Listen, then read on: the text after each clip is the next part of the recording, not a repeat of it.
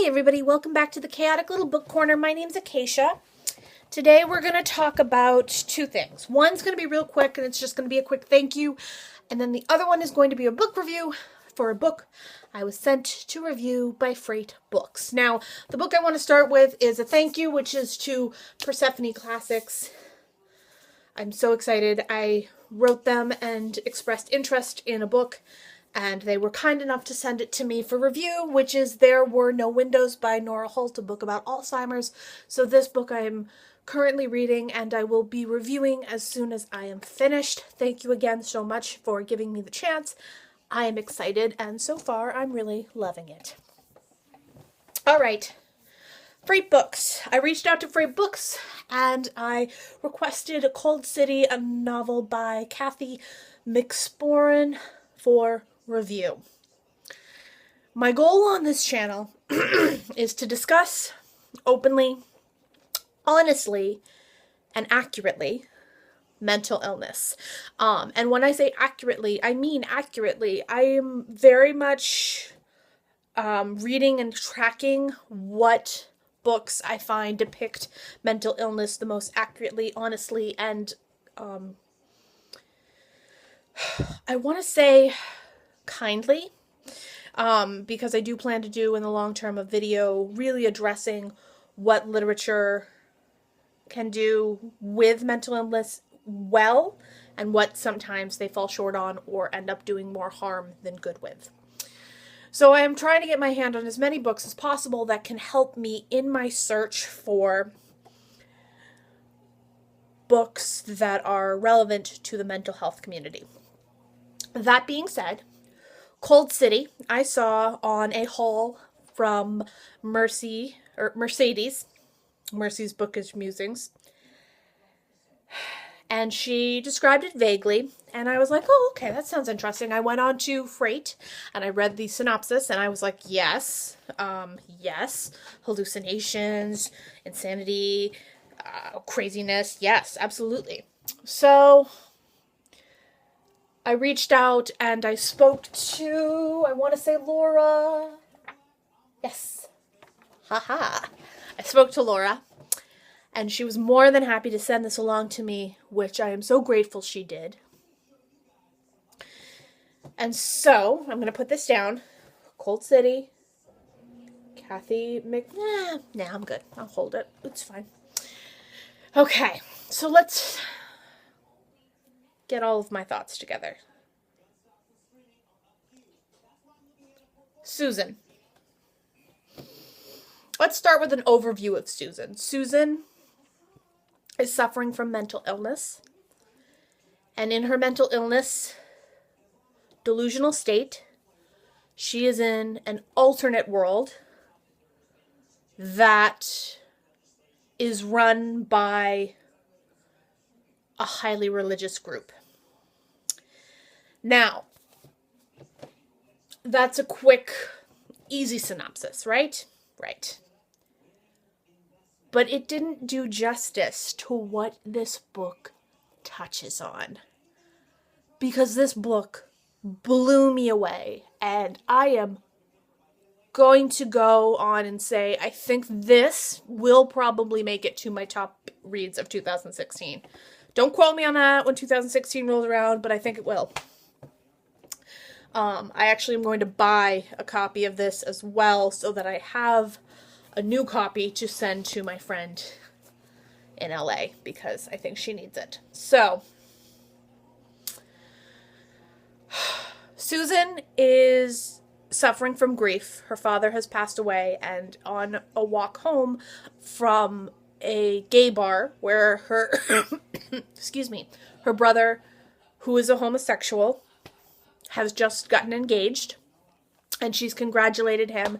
And she's getting ready to walk home, and she thinks she sees her father, who has passed. Now, things start to get confusing. Now, if you have trouble with narrators who are not always reliable and who are somewhat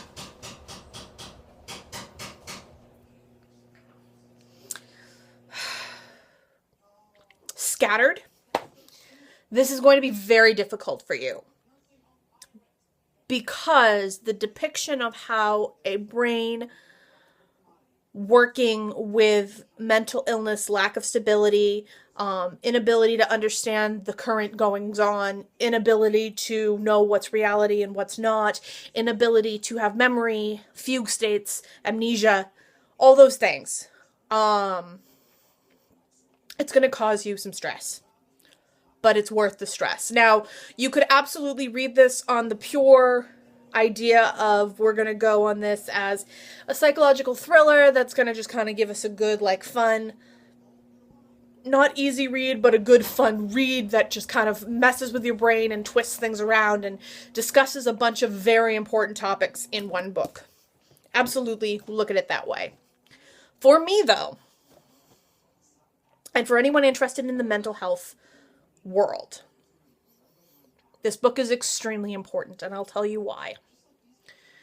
Susan is definitely slightly victim to a very common situation in the mental health field, which is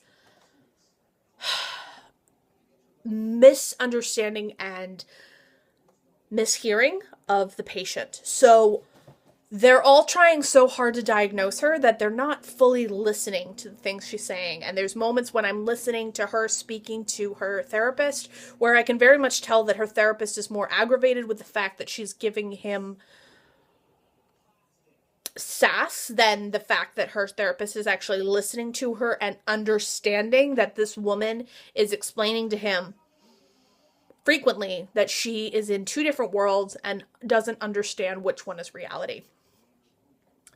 She's trying very hard, and she's pretty sure that the reality that is real is the reality where her brother is homosexual and she is in a mental hospital. In the alternate world, her brother, and this is where it gets interesting, her brother is a closeted homosexual. He has a wife and a child. She lives with her mother, Susan does. She works at a university, and the country is being run by military religious groups. Yep, keep going. And Christian fundamentalists. Led by McLean. Sorry, I'm like trying to make sure I get everything right because otherwise I will not be doing this justice. While she is in this state, there is a lot of symbolism. There is a lot of Norse legends. There it is. There's the word. Norse legends referenced. There's a lot of discussion about wolves and power and man and what that entails. There's a lot of... Okay. I'm going to put this down now. There's a lot of intrigue and questions surrounding the government that she doesn't understand. So I think the thing for me that's so fascinating, regardless of the fact that this does stress and touch on homosexuality, religious background, as well as religious, what's the word I'm looking for?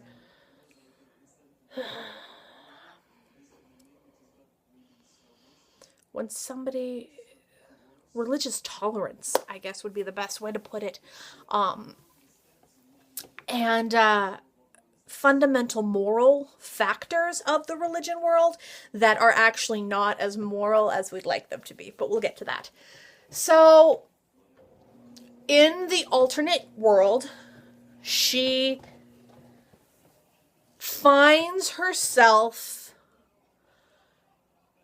stuck in this situation where she is constantly coming to terms with the fact that her interactions with her family in this alternate world are not the interactions they expect from her. She is constantly faced with the fact that she doesn't know how she's supposed to act or respond to her family because she doesn't know who she is in this alternate world. And that, for me, is a fundamental mental illness problem for a lot of people, in that there's this said normalcy that we as people expect from others. For example, if you have a friend who is naturally fun and peppy and energetic and positive, the first time you see them negative or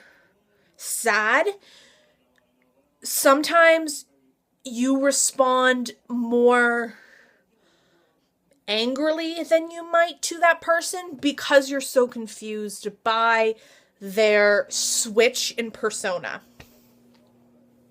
Now, I am literally lucky because when I switch, I have no memory of people getting angry at me for it. But that being said, I have realities that I know to be real, and I have selves of my inside of me that I know to have different opinions and different mentalities than I do, as well as different personality traits than I do. Which becomes very complicated in a relationship as far as communication goes. And she's really suffering from that when she's trying to communicate with her family in the alternate universe, because she's behaving as she would in her actual reality versus the reality that this alternate universe has set for her. Now, she is aware of her brother's sexual preferences in both worlds, but in one world, the world that is ours, it is relatively accepted. It is acceptable for him to be in a relationship where he is to get married to his significant other who is of the same gender. But in this world alternate to her, homosexuality is awful.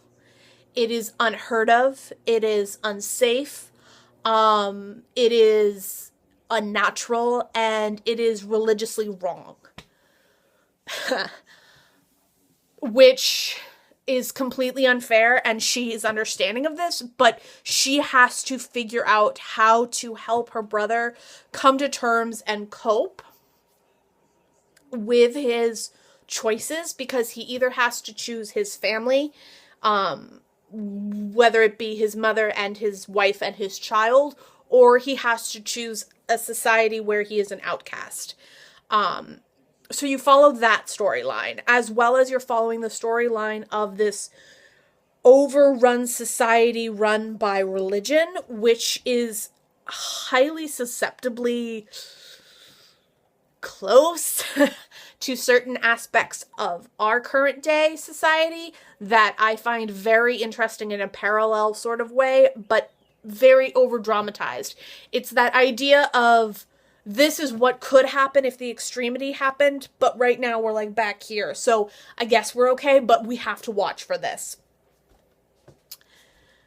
So I think overall this book was 5 stars. It pushed me to think. It got my brain going in ways that I never thought it would go.